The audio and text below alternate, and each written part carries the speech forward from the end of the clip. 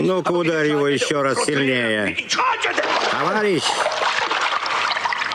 Товарищ тебя. Хочет от меня кусочек этого восхитителя. Вот теперь.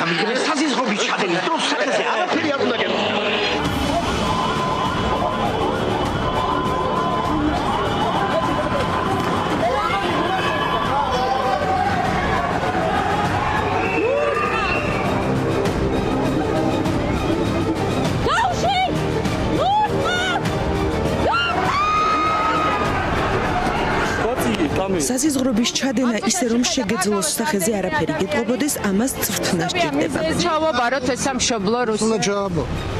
აბა პიდარასტებს უნდა ჩააბაროთ, ეხლა გადი აქედან ნუ გამაგიჟებ. წვრთნა და შემდეგ ამ საზიზღრობის ჩადენისთვის შესაბამისი ჯილდო. ეს ფორმულა როგორც ჩანს ივანიშვილმა კარგად იცის. მინდა წარმატებები უსურო საქართველოს ვიცე-პრემიერის პოზიციაზე. ჩვენ მივიღეთ გადაწყვეტილება ინაუგურაციის შემდეგ ღირსების ორდენზე წარვადგინოთ შინაგანსაკუთრებთა სამინისტროს ხელმძღვანელი თანამდებობის პირები. თუ კი რომელიმე მოხელეს წარმოიქმნება რაიმე ფინანსური დანაკლისი ამ სანქციებიდან, სახელმწიფო ქართული სახელმწიფო სრულად უზრუნველყოფს ამ დანაკლისის კომპენსირებას. იყო დრო ქოცი კულტურის მუშაკებს, საზოგადო მოღვაწეებს, მეცნიერებს, მსახიობებს აჯილდოვებდა. ის კი არა ივანიშვილი წლობით უხდიდა საკუთარი ჯიბიდან კულტურის სფეროს წარმომადგენლებს ხელფას. მაშინ ეს ქველმოქმედებად ინიღბებოდა. როგორც გაირკვა, სამომავლო პოლიტიკური ინვესტიცია იყო. ასე იყიდა მაშინ ოლიგარქმა ადამიანების კეთილგანწყობა. თან ისე რომ ეს ადამიანები მას შემდეგაც კი ვეღარ იღებენ ხმას, რაც ქვეყნის ხან ფორმალურმა და ხან არაფორმალურმა მმართველმა ყველანაირი წითელი ხაზი გადაკვეთა. მე მოვედი ამ ხალხის გამოყენებით, თან მოახერხე ყველა გამოიყენე აბსოლუტურად. ეს სქემა ისეთი ადამიანების კეთილგანწყობის ყიდვას ითვალისწინებს, რომლებსაც გავლენის ირიბი პენეტრაციის მოტანა შეუძლიათ დამკვეთის სასარგებლოდ და ლეგიტიმაციის ბურჯები ხდებიან. გამოგონილი ჭარბინდობა, რომლითაც ივანიშვილი თავს დიდხანს იწონებდა, ტყუილი დაპირებების გარდა საზოგადოების კონკრეტული ნაწილის საკუთარ ფინანსურ დახმარებაზე დასმით მოახერხა. ამ ადამიანების მცირე ნაწილი დღემდე ივანიშვილის ერთგული რჩება. ნაწილი უკვე ცოცხალიც აღარ არის, თუმცა დიდი ნაწილი უკვე მიხვდა, რომ ოლიგარქის რუსული პოლიტიკის მხარდაჭერა ახლა რეპუტაციულ თვითმკვლელობაზე გადის. ახალი თაობის ადამიანებს კი, ვინც ოლიგარქის ფულით მოწამლული არ არის, ცხადია მისი ფინანსური მხარდაჭერა არც ახლა აინტერესებს და არც არასდროს აინტერესებდათ. და რადგან ლეგიტიმაციის შევსების რესურსი საზოგადოებისთვის ცნობილი სახეების მანიპულირებით აღარ აქვს, რეპრესიული მანქანა მთელი სიმძლავრით აამუშავა და როგორც ჩანს, მისი მთავარი სამიზნე ახლა სწორედ კულტურის სფეროს წარმომადგენლები არიან. ერთმანეთის მიყოლებით აკავებენ, აჯარიმებენ ან დაკითხვაზე იბარებენ მსახიობებს. ამის პარალელურად კი ოლიგარქის სისტემა მწამებლებს აჯილდოვებს. რასაც რეჟიმი აკეთებს მოყოლებული 29 აპრილიდან გასული წლის არის ავტორიტარული რეჟიმის კონსოლიდაცია. ავტორიტარული რეჟიმის კონსოლიდაციის პირობებში რეჟიმის აღარ ჭირდება, რომ ის ფარდობითი უმრავლესობის მიერ არჩევადი იყოს. მას ჭირდება, რომ ფარდობითი უმრავლესობები ეგუებოდნენ უბრალოდ მას. და ეს შეგუება მათ შორის გულისხმობს იმასაც, რომ ადამიანები ვეღარ ხედავენ წინააღმდეგობის საჭიროებას ან წინააღმდეგობის გამართლებას. ანუ არ აქვთ იმედი, რომ ეს წინააღმდეგობა შედეგს მოიტანს. ჯერჯერობით ეს ასე არ არის. თუმცა მასობრივი რეპრესიის მეშვეობით რეჟიმი ამის მიღწევას ცდილობს. და აქედან გამომდინარე ავტორიტარული რეჟიმისთვის, რა თქმა უნდა, უფრო მნიშვნელოვანი ასე დროს რეპრესიული აპარატი. რეპრესიული აპარატის გაძლიერება, ხო? და რეპრესიული აპარატისთვის დამატებით გარანტიების მიცემა. ახლა ქართული ოცნების რეპრესიული აპარატი არის სახელმძღვანელოს მიხედვით აწყობილი რეპრესიული აპარატი. ეს უკვე დიდი ხნის განმავლობაში ასეა. თუმცა რა თქმა უნდა ისინი დამატებით რისკზე არ მიდიან, ხო? და ცდილობენ რომ კიდევ უფრო დააზღვიოს. მათ შორის ეს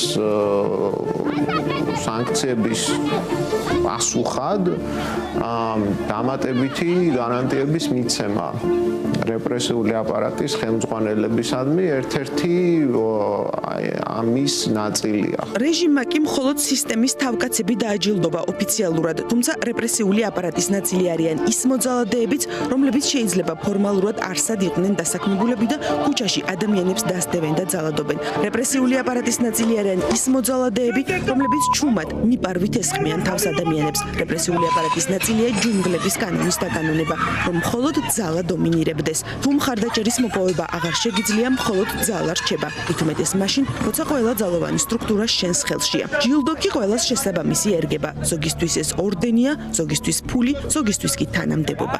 შედეგად კი ვიღებთ სრულიად ავტორიტარულ რეჟიმს ყველა მისი მახასიათებლით. ჯერჯერობით მხოლოდ ავტორიტარულს. ტოტალიტარული პრაქტიკების ერთ-ერთი მთავარი დამახასიათებელი არის რა?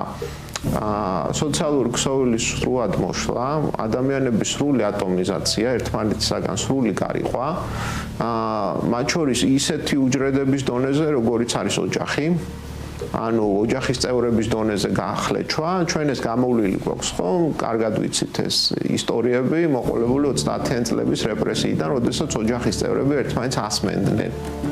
რეჟიმის საიდუმლო პოლიციაში, NKVD-ში ეს იყო ტოტალიტარული ინსტრუმენტი, ხო? ეგ პრაქტიკები, რომელიც მიემართება მათ შორის საზოგადოების ეს ატომიზაციას, ყველა დონეზე. ანუ მათ შორის ოჯახის დონეზეც. გარკვეულწილად ბრუნდება, ხო? ბრუნდება იმ გაგებით, რომ მათ შორის რეჟიმის მიზანი აღარ არის ადამიანების უბრალოდ ნეიტრალიზაცია, უფრო და უფრო ხშირად ხდება მათი მორალური წაშლა, განადგურება. სხვა მსგავსი, ასე ვთქვათ, ტექნიკები, რომელსაც ეს რეჟიმი იყენებს, რომელსაც უფრო ფართოდ იყენებენ, მაგალითად ბელარუსში ან რუსეთში, უკვე სისტემურ დონეზე. ჩვენ შემთხვევაში ეს პრაქტიკები ნელ-ნელა ბრუნდება. ნელ-ნელა ბრუნდება ყველაფერი, რაც კარგად გამოცდილია რუსეთში და არც ჩვენ გვაკლია წარსულში ამის გამოცდილება. ვხედავთ გისოსებს მიღმა გამომწყდეულ ჟურნალისტს, რომლის ერთადერთი დანაშაულიც რეჟიმის კრიტიკაა და ვაანალიზებთ, რომ ეს კადრი ადრე რუსეთში გვინახავს. ვაანალიზებთ იმასაც, რომ იყო დრო ვფიქრობდით, რომ ეს ჩვენთან ვერასდროს მოხდებოდა, მაგრამ მოხდა. ამიტომ უნდა დავიჯეროთ, რომ ყველაფერი შესაძლებელია მოხდეს, რაც რუსეთში გვინახავს და ხდება. თუ აქ და ახლა შესაბამის წინააღმდეგობას არ გავუწევთ უკვე ჩამოყალიბებულ ავტორიტარულ რეჟიმს და ისიც ზუსტად უნდა იცოდეს ყველამ, რომ ეს ძალადობა და რეპრესიები მხოლოდ ერთ მხარეს ვერ დარჩება და აუცილებლად ყველა ადამიანამდე, ყველა ოჯახამდე მივა. წინააღმდეგობისა და პროტესტის პარალელურად კი მნიშვნელოვანია, რომ არ დავკარგოთ იმედი, რადგან ნიჰილიზმის გაღვივება სწორედ რეჟიმის მიზანია. მათთვის მნიშვნელოვანია, რომ შესაძლო პოტენციურ მოწინააღმდეგეებს საზოგადოებაში დაუკარგონ იმედი, რომ წინააღმდეგობა რაიმე შედეგს მოიტანს. და ამას ახერხებენ სხვადასხვა გზით, ხო? რეპრესია ერთ-ერთი ინსტრუმენტია, რომელიც ახლა წინა პლანზე გამოდის, მაგრამ აქაც პროპაგანდა მათ შორის არ კარგავს თავის ფუნქციას ამგვარი ნიჰილიზმის დათესვისა.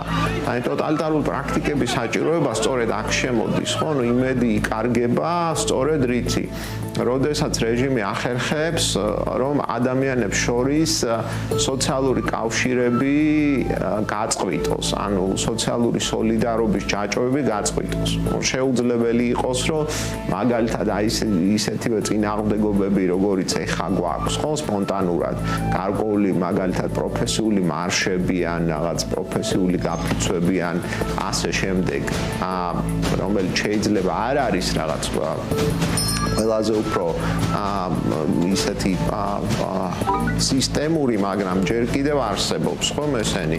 რა თქმა უნდა, რეჟიმის სამიზნე იქნება, რომ ამგვარი სოლიდარობის ჯაჭვები ამ ჯგუფებს შორის აღარ არსებობდეს. რეპრესიის მიზანიც პირველ რიგში არიან ის ადამიანები, რომლებსაც გააჩნიათ საკმარისი ნდობა, რა პირველი მთავარი ხო ნდობა ასეთ დროს. ხო, ანუ რეჟიმის მიზანია, რომ ადამიანებს შორის რაც შეიძლება მაქსიმალურად ნდობის ეროზია გამოიწვიოს, რომ არავინ აღარავის აღარ ენდობოდეს.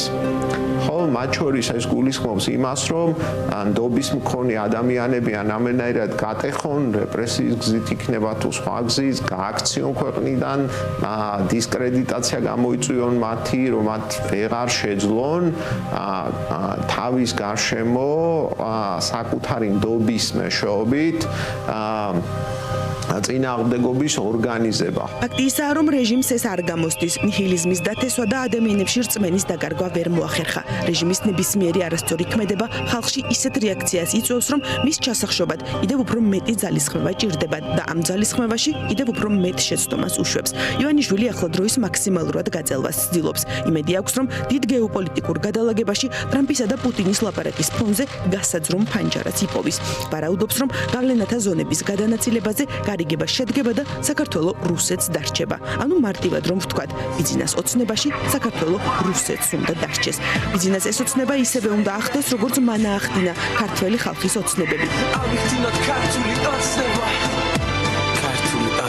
ამისთვის კი ქვეყნის შიგნით მასობრივმა საპროტესტო ტალღამ გარედან რეაქციები უნდა დააჩქაროს. ყოველი რეპრესიული ნაბიჯი ივანიშვილს იმაზე ბევრად უფრო ძვირი უნდა დაუჯდეს, ვიდრე თავად არის მზად რომ გადაიხადოს. რაღაც გზების ძიება არის საჭირო, რა შეიძლება დაუპირისპიროთ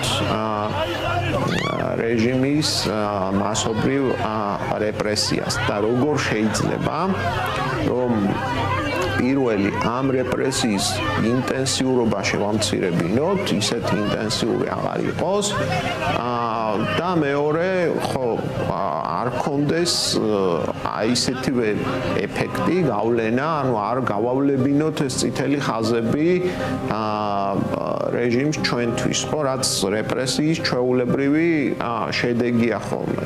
წინააღმდეგ შემთხვევაში რეჟიმი საკუთარ საწადელს მიაღწევს, ხო? მათ შორის აქ შეიძლება იყოს ეს გარეზეწოლის გაზრდა, ოღონდ ეს გარეზეწოლის გაზრდის მოკლევადიანი ეფექტი ყოველთვის არის ერთგვარი პარადოქსია, ხო? აი დაასანქციეს ბიძინა ივანიშვილი, წამოვიდა მასობრივი რეპრესიის ახალი ტალღა. კიდევ გაიზრდება სასანქციო ზეწოლა, სანამ რეჟიმს შეიძლება წავაყოლოს ესკალაციაზე სანქციების პასუხად ეს უნდა ვიცოდეთ. და ასე რომ აი სტრატეგიების დალაგებისას ასევე უნდა ვიცოდეთ, რომ გარეზეწოლა რამდენიც გაიზრდება და ამ გარეზეწოლის გაზრდის შემდეგ რეჟიმი, როდესაც რეპრესიების ინტენსივობას გაზრდის, წინააღმდეგობა შეუძლია თუ არა ამ მომენტში ამის გადატანა და მერე რეჟიმზე ადეკვატური ზეწოლის განხორციელება კიდევ. თუ ეს არ შეუძლია, მაშინ გარკვეულად კოორდინაციასაც მოითხოვს, ხო? როდის უნდა გაიზარდოს გარეზეწოლის ინტენსიურობა, როგორი უნდა იყოს გარედან მიყენებული დარტყმა ისეთი, რომ შიგნით რეჟიმს ძალიან გაუძვირდეს მასობრივი რეპრესია, ხო? ანუ ეს გარედანაც და შიგნიდანაც. შიდა ზეწოლის ფონზე იზრდება გარე ზეწოლის ფორმა და ხარისხი, თუმცა დასავლეთი ჯერ მაინც ჩვეული ნაბიჯ-ნაბიჯ სტრატეგიით მიყვება ქართული ოცნების შევიწროებას. ერთადერთი რაც დასავლეთს იძულებულს გახდის, რომ ივანიშვილისთვის ყულფის მოჭერის დინამიკა გაამწვავოს, ეს ქვეყნის შიგნით ხალხის აქტიურობა. რაც უფრო აქტიურია პროტესტი, მით მეტ საბედისწერო შეცდომას უშვებს რეჟიმი და მით უფრო სწრაფი და ძლიერია სანქციები დასავლეთიდან. მით უფრო რომ ერთადერთი რაც რუს ოლიგარქს ადარდებს ფული და ძალაუფლება. ხალხის ნდობაც ამისთვის ჭირდებოდა სინამდვილეში და ამაშიც კი ფულს იხდიდა წლები.